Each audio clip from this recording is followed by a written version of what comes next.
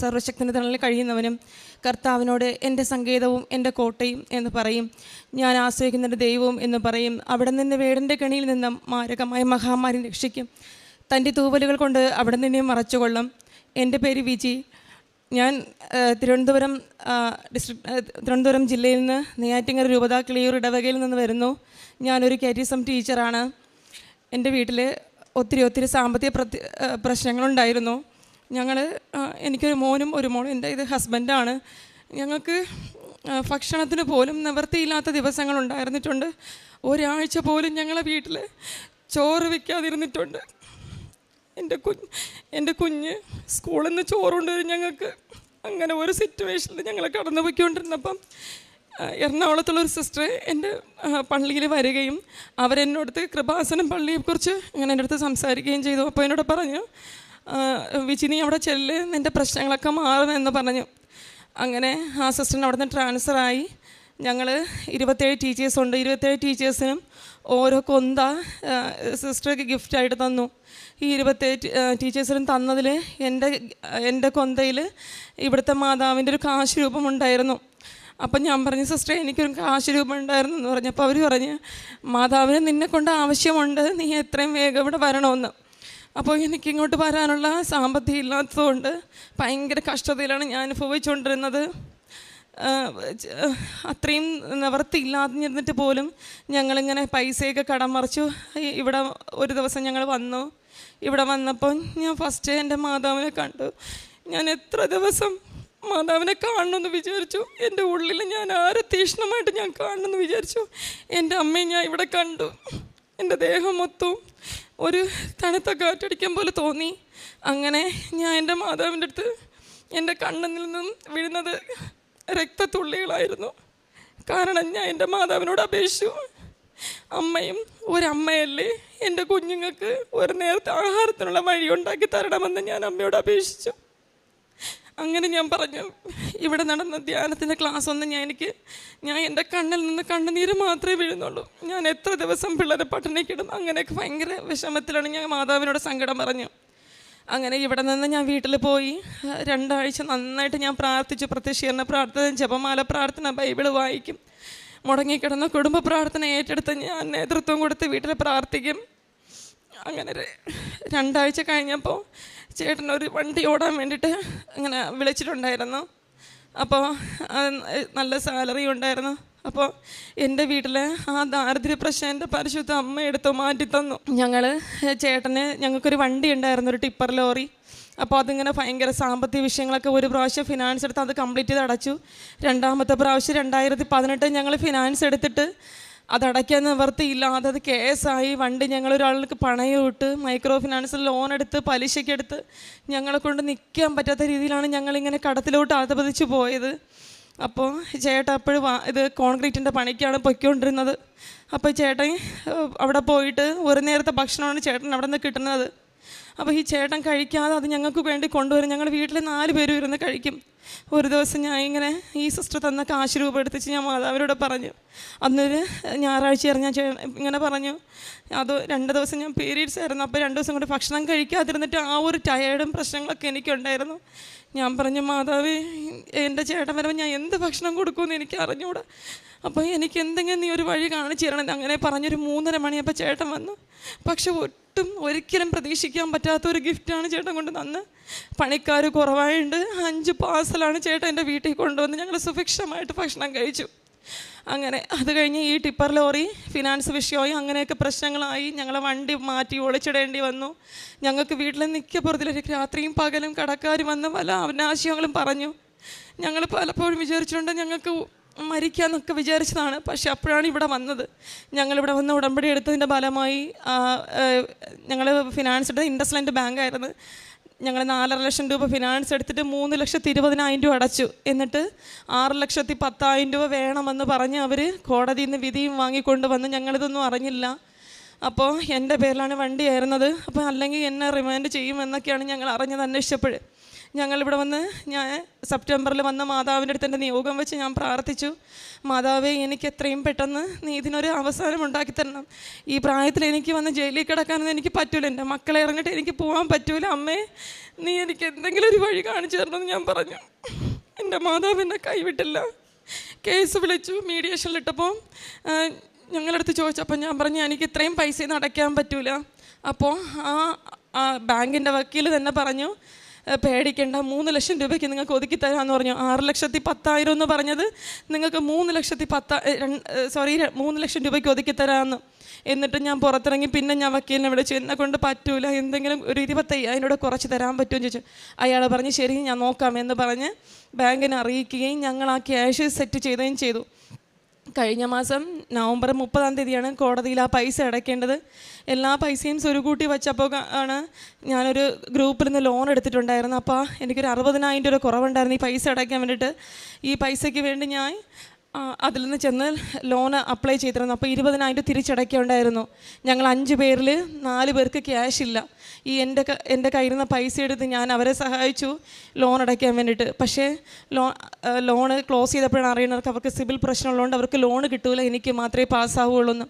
അങ്ങനെ വീണ്ടും ഒരു വലിയ താഴ്ചയുടെ വക്കിൽ അങ്ങോട്ട് ഞാൻ പോയി. എന്നിട്ട് മാതാവ് എന്നെ കൈവിട്ടില്ല. മാതാവിനെ ഞാൻ കൂടെ പിടിച്ചു. ഞാൻ എവിടെ പോയാലും എൻ്റെ മാതാവിൻ്റെ കാശ് രൂപയും ജപമാലയും ഞാൻ കരുതും. ഞാൻ അങ്ങനെ പ്രാർത്ഥിച്ചു.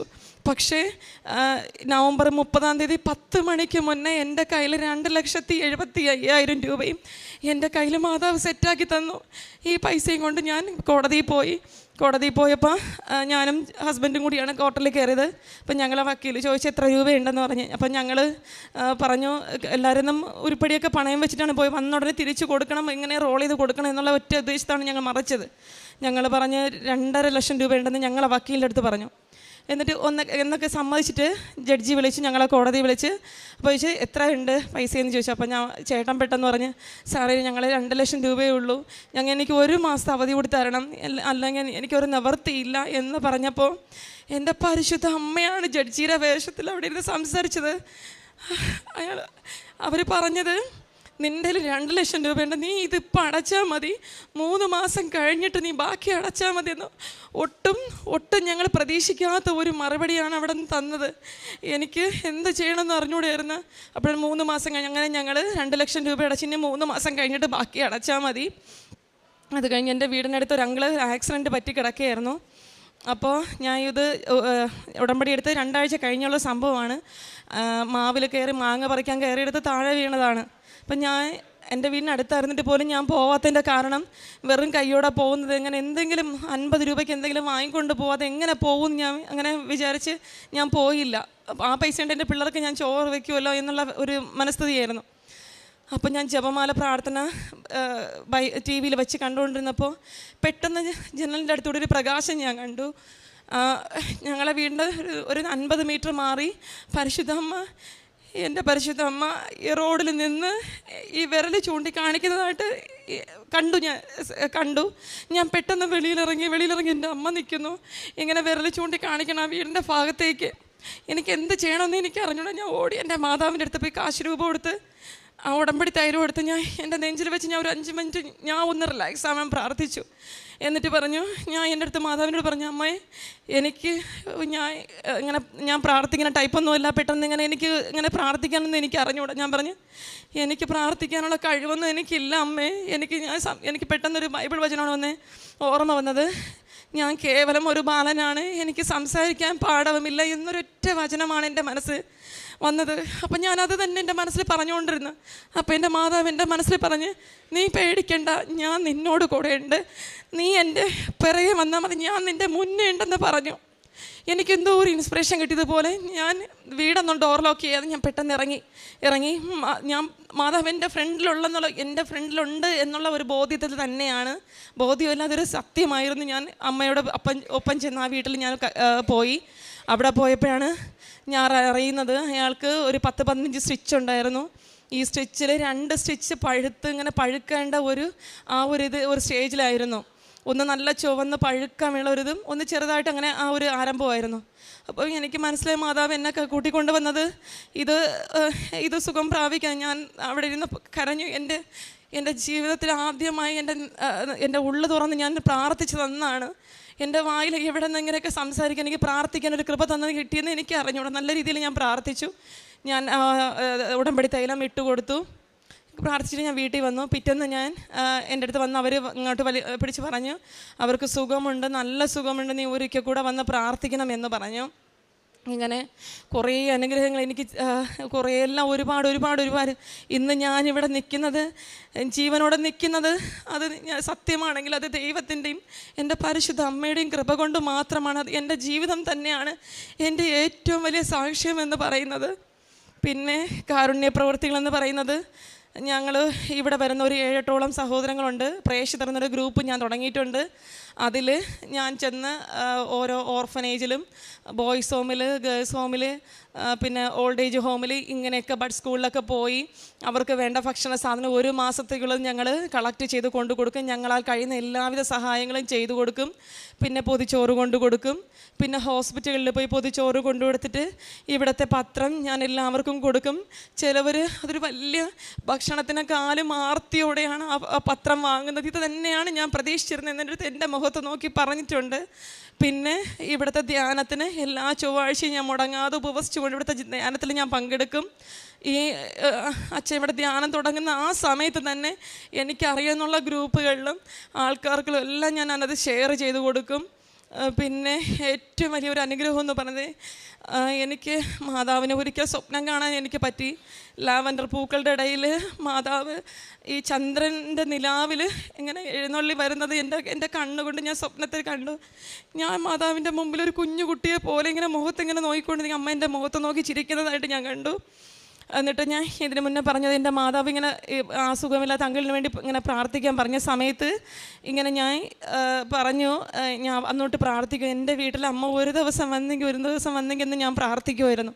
ഞാൻ എന്നും പ്രാർത്ഥിക്കുമായിരുന്നു. അപ്പോൾ കഴിഞ്ഞ ഫെബ്രുവരി 2-ാമത്തെ ഞായറാഴ്ച പള്ളിയിൽ പോകുന്നതിന് മുന്നേ കുളിച്ചൊരുങ്ങി ഞാൻ പ്രത്യക്ഷീകരണ പ്രാർത്ഥന ചൊല്ലാൻ വേണ്ട സമയത്ത്, പ്രാർത്ഥന കഴിഞ്ഞ സമയത്ത് ഒരു വല്ലാത്തൊരു സുഗന്ധം എനിക്ക് അനുഭവപ്പെട്ടു. എൻ്റെ തലേ ദിവസവും ഞാൻ പ്രാർത്ഥിച്ചിരുന്നു, എനിക്ക് മാതാവേ നീ എൻ്റെ കൂടെ ഉണ്ടെന്ന് എനിക്ക് എന്തെങ്കിലും ഒരു അടയാളം തരണേന്ന്. അപ്പോൾ ഞാൻ മാതാവിൻ്റെ ഫോട്ടോ എടുത്ത് എന്നും ചുംബിച്ചിട്ടാണ് വയ്ക്കണത്, തിരിച്ച് പ്രാർത്ഥിച്ചിട്ട്. അങ്ങനെ മാതാവിൻ്റെ റോസാപ്പൂവിൻ്റെ സുഗന്ധം എനിക്ക് അനുഭവിക്കേണ്ടായി. എൻ്റെ മോക്കത് അനുഭവിക്കാനിടയായി. ഇത്രയൊക്കെ അനുഗ്രഹങ്ങൾ ചെയ്താൽ പിന്നെ എനിക്ക് ക്ഷമിക്കാനുള്ള ഒരു വലിയ കഴിവ് തരുന്നു. ഭയങ്കര ദേഷ്യമായിരുന്നു എനിക്ക്, വീട്ടിലും പുറത്തൊക്കെ എനിക്കത് ക്ഷമിക്കാനുള്ള വലിയൊരു കഴിവ് തന്നു. ഞായറാഴ്ച കുർബാന മുടക്കില്ല, മാസത്ത് മാക്സിമം 1-2 പ്രാവശ്യം കുമ്പസാരിക്കാൻ ഞാൻ എന്നെക്കൊണ്ട് പറ്റുന്ന രീതിയിൽ പോവും. അടുത്താണ് പള്ളി, എന്നെക്കൊണ്ട് പറ്റുന്ന രീതിയിൽ എല്ലാ ദിവസവും ഞാൻ ഓടി പള്ളിയിലെത്തും. പള്ളിയിലെ എല്ലാ കാര്യത്തിലും ഞാൻ നല്ലതുപോലെ സഹകരിക്കും. ഇത്രയും അനുഗ്രഹം ചെയ്തു തന്ന എൻ്റെ പരിശുദ്ധ അമ്മയ്ക്കും തിരുക്കുമാരനും 1000 കോടാനുകോടി നന്ദി അർപ്പിച്ചുകൊണ്ട് ഞാൻ നിർത്തുന്നു. ദരിദ്രരും നിരാലംബരും ജലം അന്വേഷിച്ച് കണ്ടെത്താതെ ദാഹത്താൽ നാവ് വരണ്ടു പോകുമ്പോൾ കർത്താവായ ഞാൻ അവർക്ക് ഉത്തരമരുളും. ഇസ്രായേലിൻ്റെ ദൈവമായി ഞാൻ അവരെ കൈവിടുകയില്ല. വിജി സതീഷ് എന്ന ഈ സഹോദരിയും കുടുംബവും പരിശുദ്ധ കൃപാസന മാതാവിൻ്റെ തിരുനടയിൽ ഏറ്റവും സന്തോഷത്തോടും നന്ദി നിറഞ്ഞ ഹൃദയത്തോടും കുടുംബത്തിന് ലഭിച്ച വലിയ സംരക്ഷണത്തെയും അനുഗ്രഹത്തെയും സാക്ഷ്യപ്പെടുത്തുകയാണ്. മകരുടെ വാക്കുകളിൽ നാം ആവർത്തിച്ച് കേട്ടുകൊണ്ടിരുന്നു, ദാരിദ്ര്യത്തിൻ്റെ ദൈന്യതയിലാണ് പരിശുദ്ധ കൃപാസന മാതാവിനെക്കുറിച്ച് കുടുംബം കേൾക്കുന്നത്. കടബാധ്യത മൂലം നിക്കക്കളിയില്ലാതെ ജീവിതം എന്തു ചെയ്യുമെന്നറിയാതെ കുഴങ്ങിയ ദിവസങ്ങളിലാണ് പരിശുദ്ധ കൃപാസന മാതാവിനെക്കുറിച്ച് കുടുംബം അറിയുന്നത്. ഈ 2 ജീവിതത്തെ തന്നെ കൈവിട്ടു പോകാവുന്ന ഏറ്റവും ക്ലേശകരമായ അവസരങ്ങളിൽ അമ്മ മാതാവിൻ്റെ തിരുനടയിലേക്ക് എത്തിച്ചേർന്ന് ഉടമ്പടി എടുക്കുമ്പോൾ കുടുംബത്തിന് ലഭിക്കുന്ന സംരക്ഷണത്തെക്കുറിച്ചാണ് സഹോദരി പങ്കുവയ്ക്കുന്നത്. ആദ്യത്തേത് ദാരിദ്ര്യം, കുടുംബത്തിൽ ഭക്ഷണമില്ലാത്തൊരവസ്ഥ. നാം ഇന്ന് അതങ്ങനെ അധികം കേൾക്കാറില്ല. നാം അങ്ങനെ ഭവനങ്ങളിൽ ഭക്ഷണമില്ലാത്ത അവസ്ഥയെക്കുറിച്ച് ഒട്ടും കേൾക്കാറില്ല. അത്രയേറെ ദാരിദ്ര്യവും ക്ലേശവും കുടുംബത്തിലുണ്ടെന്നും ജോലിസ്ഥലത്തു നിന്ന് കൊണ്ടുവരുന്ന പൊതിച്ചോറ്, സ്കൂളിൽ നിന്ന് കിട്ടുന്ന ചോറ്, അതായിരുന്നു കുടുംബത്തിൻ്റെ ആഹാരമെന്ന് പറയുമ്പോൾ എത്ര കണ്ട് കുടുംബം അശരണരായി പോയെന്ന വാക്കുകളിൽ വ്യക്തമാണ്. അമ്മ മാതാവിൻ്റെ തിരുനടയിലെത്തി പ്രാർത്ഥിച്ച് മടങ്ങുമ്പോൾ അമ്മ കൊടുക്കുന്ന അനുഗ്രഹം ജീവിത പങ്കാളിക്ക് സ്ഥിരമായി ജോലിക്കുള്ള സാഹചര്യങ്ങളാണ്. അതിക്ക് മുമ്പ് കുറേ നാൾ ജോലി തേടി അലഞ്ഞിട്ടും ഒരു ജോലിയും കിട്ടാതെ വല്ലാതെ വിഷമിച്ച് ആകെ കുടുംബം തന്നെ കലുഷിതമായിക്കൊണ്ടിരുന്ന ദിവസങ്ങളാണ്. ഉടമ്പടി എടുത്ത നാൾ മുതൽ ഓരോ ദിനവും അല്പാൽപമായി ജോലി ചെയ്യുവാൻ പറ്റുന്ന രീതിയിൽ കാര്യങ്ങളെല്ലാം അമ്മ മാതാവ് ക്രമീകരിച്ചു കൊടുക്കുന്നു. രണ്ടാമത്തത് ഭക്ഷണത്തിൻ്റെ കാര്യങ്ങൾ ക്രമീകരിച്ചു കൊടുക്കുന്നു. മൂന്നാമത്തത് ഒരു വാഹനത്തിൻ്റെ ടിപ്പറിൻ്റെ അതിന് ലോൺ എടുത്തത് 6 ലക്ഷം രൂപയോളം തിരിച്ചടക്കണം എന്നൊരു വിധി വരുമ്പോൾ ഒരു പണം പോലും തിരികെ അടയ്ക്കുവാൻ കയ്യിലില്ലാത്ത അവസരത്തിലാണ് അമ്മയുടെ അരികിൽ നിയോഗം വെച്ച് പ്രാർത്ഥിക്കുന്നത്. ആ 6 ലക്ഷം രൂപ 3 ലക്ഷമായി മീഡിയേഷനിലൂടെ കുറയ്ക്കാൻ പറ്റുന്നു. വീണ്ടും അമ്മ മാതാവിൻ്റെ സംരക്ഷണയിൽ ചോദിക്കുമ്പോൾ 25,000 കൂടെ കുറച്ച് 275 അത് എത്തിച്ചേരുന്നു. കോടതിയിലേക്ക് അതെത്തുമ്പോൾ പണം തന്നെ പലരിൽ നിന്നും അത് സ്വരൂപിച്ചെടുക്കുവാനുള്ള വഴികളൊക്കെ മകൾ പറയുന്നുണ്ട്. അസാധ്യമെന്ന് കരുതിയ ഓരോ കാര്യത്തെയും വളരെ എളുപ്പത്തിൽ ഭാരങ്ങളൊക്കെ ലഘൂകരിച്ചുകൊണ്ട് അമ്മ മാതാവ് നിരന്തരമായ കമ്മ്യൂണിക്കേഷനിലൂടെ ഓരോരുത്തരും വളരെ സ്നേഹത്തോടു കൂടി പണം കൈമാറുന്നതൊക്കെ മകൾ സൂചിപ്പിക്കുന്നുണ്ട്. അത് കോടതിയിലെത്തുമ്പോൾ ഇപ്പോൾ 2 ലക്ഷം അടച്ചാൽ പോരെ എന്ന് ചോദിക്കുമ്പോൾ അത് കോടതി അനുവദിക്കുകയും വക്കീൽ പോലും ഇതെന്തുകൊണ്ട് കോടതി ഇങ്ങനെ ഇത് ഇളവ് കൊടുത്തുവെന്ന് അത്ഭുതപ്പെടുകയും ചെയ്തത് മകൾ സാക്ഷ്യപ്പെടുത്തുന്നുണ്ട്. പ്രിയമുള്ളവരെ, ദരിദ്രൻ്റെ കണ്ണീരൊപ്പുന്ന കർത്താവിൻ്റെ സന്നിധിയിൽ പരിശുദ്ധമ്മയുടെ വലിയ മാധ്യസ്ഥത്തിൽ നമ്മുടെ ജീവിതത്തെ സമർപ്പിക്കുമ്പോൾ അത് വലിയ ദൈവാനുഗ്രഹത്തിലേക്ക് വഴി തുറക്കും. മകൾ പറയുന്നുണ്ട്, ഞായറാഴ്ച മാത്രം പള്ളിയിൽ പോയിരുന്ന ഞാൻ ഉടമ്പടി എടുത്തത് മുതൽ കഴിയുന്നത്ര ദിവസവും മിക്കവാറും എല്ലാ ദിവസവും തന്നെ കുർബാനയ്ക്ക് പോയി എൻ്റെ ജീവിതത്തെ ഞാൻ നവീകരിക്കുമായിരുന്നു. രാവിലെ 5:30 പ്രത്യക്ഷീകരണ പ്രാർത്ഥനയോടുകൂടിയാണ് ദിവസം ആരംഭിച്ചിരുന്നത്. കാരണം എനിക്ക് ആശ്രയിക്കുവാൻ മറ്റൊന്നുമില്ല, ചോദിക്കുവാൻ എനിക്ക് മറ്റാരുമില്ല. അതുകൊണ്ട് അമ്മ മാതാവിൻ്റെ തിരുനടയിൽ മാത്രം രാവും പകലും പ്രാർത്ഥിച്ച് അമ്മ മാതാവിൻ്റെ കുടുംബത്തിൻ്റെ ക്ലേശങ്ങൾ ദൈന്യതകൾ മാറ്റിത്തരണമേ എന്ന് അപേക്ഷിക്കുമ്പോൾ ഓരോ ദിവസവും അമ്മയുടെ സാന്നിധ്യം, സംരക്ഷണം, സഹായം മുന്നോട്ട് നയിച്ചു കൊണ്ടിരുന്നതാണ് മകളെ സാക്ഷ്യപ്പെടുത്തുന്നത്. തൊട്ടടുത്ത വീട്ടിൽ ഒരു അപകടം പറ്റി ഒരാൾ കിടക്കയിലാണെങ്കിലും പോയി കാണുവാൻ കയ്യിലൊന്നുമില്ലാത്തത് കൊണ്ട് ദിവസങ്ങളായി മടിച്ചു നിന്നപ്പോൾ അമ്മ മാതാവ് തന്നെ മുൻപിൽ പ്രത്യക്ഷപ്പെട്ട് ആ വീട് വരെ ചെല്ലുവാനും അവിടെ വേണ്ടത് ഞാൻ സഹായിച്ചു തരുമെന്നും പറയുന്നുണ്ട്. മകൾ പറയുന്നുണ്ട്, അവിടെ ചെല്ലുമ്പോൾ 2 സ്റ്റിച്ച് ഏതാണ്ട് പഴുത്തിരിക്കുന്ന രോഗിയെ കാണുകയും തൻ്റെ കയ്യിലുള്ളത് എന്തോ പണമൊന്നും കൊടുക്കുവാനില്ല, ആശ്വാസവാക്ക് അധികം പറയുവാൻ അറിയില്ല, പ്രാർത്ഥനയ്ക്ക് വലിയ ശക്തിയും തനിക്ക് തന്നെ തോന്നിയിട്ടില്ല. തൻ്റെ എളിയ വാക്കുകൾ, ഞാൻ ബാലനാണ്, ഞാൻ എന്തു പറയാനാണെന്ന ആ വാക്യമാണ് മനസ്സിൽ കിടന്ന് അലതല്ലുന്നത്. എന്നാൽ ഏറ്റവും ഉറപ്പുള്ളത്, ഏറ്റവും വിശ്വാസമുള്ളത് പരിശുദ്ധ കൃപാസന മാതാവിൻ്റെ ഉടമ്പടി തൈലമാണ്. എന്നും തന്നെ സംരക്ഷിക്കുന്ന അതേ തൈലം ആ സഹോദരൻ്റെ മുറിവുകളിൽ കുരിശടയാളം വരച്ച് വിശ്വാസ പ്രമാണം ചൊല്ലി പ്രാർത്ഥിക്കുമ്പോൾ തൊട്ടടുത്ത ദിവസം അത് സൗഖ്യപ്പെടുന്ന രീതിയിലേക്ക് മാറിയെന്ന് ആ കുടുംബമെന്ന് പറയുമ്പോഴാണ് അമ്മ മാതാവ് കൂടെ നടക്കുന്നുവെന്ന് മകൾ നന്നായി ബോധ്യപ്പെടുന്നത്. പ്രിയമുള്ളവരെ, ഈ കുടുംബത്തിൻ്റെ സാക്ഷ്യം ഉടമ്പടി ജീവിതത്തിൻ്റെ ശ്രേഷ്ഠമായ ഒരു സാക്ഷ്യമാണ്. ഒന്നുമില്ലായ്മയിൽ ദൈവം കൈപിടിച്ച് നടത്തുന്നവരെന്ന് ബോധ്യപ്പെടുത്തുന്ന സാക്ഷ്യം. അമ്മ മാതാവിൻ്റെ അരികിൽ കണ്ണീരോട് കൊടുക്കുന്ന ഏതൊരു നിയോഗത്തെയും പ്രാർത്ഥനയെയും ഗൗരവമുള്ള പ്രശ്നത്തെയും പരിശുദ്ധ കൃപാസന മാതാവ് നമ്മൾ ചേർത്ത് പിടിച്ചുകൊണ്ട് ആ വലിയ കുരുക്കിൽ നിന്ന്, ആപത്തിൽ നിന്ന്, മരണഭയത്തിൽ നിന്ന് നമ്മുടെ ജീവിതത്തെ മുന്നോട്ട് നയിക്കുമെന്ന് ലോകത്തോട് വിളിച്ചു പറയുന്ന സ്നേഹത്തിൻ്റെ, കരുണയുടെ, ദൈവാശ്രയത്വത്തിൻ്റെ സുവിശേഷമാണിത്. ഈ കുടുംബത്തിന് നൽകിയ ഈ അനുഗ്രഹങ്ങൾക്ക് നമുക്ക് നന്ദി പറയാം.